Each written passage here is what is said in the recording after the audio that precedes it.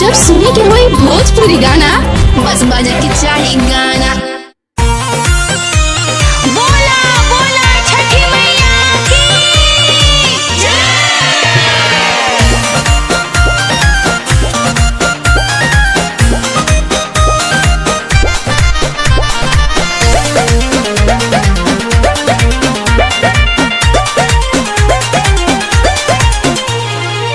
खड़ा बड़ी पनिया में नया नहर कनिया दोनों हथवा जोड़ के। खड़ा बड़ी पनिया में नया नहर कनिया दोनों हथवा जोड़ के। हाली से लहली दिखाई सूरज देव भोर के। हाली से लहली दिखाई सूरज देव भोर के। बोला बोला सूरज देव की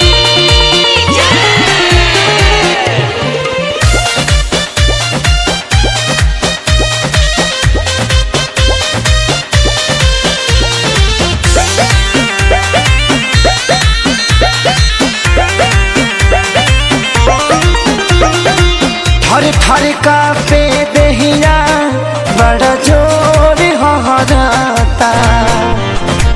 खड़ा खड़ा बाप रहिल नहीं गोड़ ठहराता।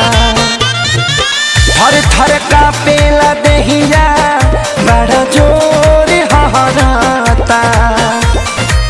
खड़ा खड़ा बाप रहिल नहीं गोड़ ठहराता। काहे बुझात न खरौरा परेशानिया सुतल बनी बदरावोढ़ के। हाली से लहली दिखाई सूरज देव भोर के। हाली से लहली दिखाई सूरज देव भोर के। बोला बोला आदित्य मल की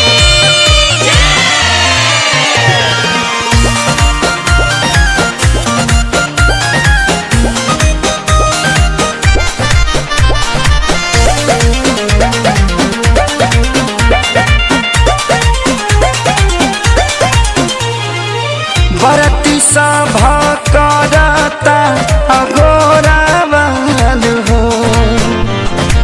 बाटे खेसारी रूपेश के हो रावाल हो। बरती सभा करता अगोरा वाल हो। बाटे खेसारी रूपेश के हो रावाल हो। हथवा में सब ही गंगा जल लेके ताके सभे पुरबोर के। हाली से लहली दिखाई सूरज देव भोर के। हाली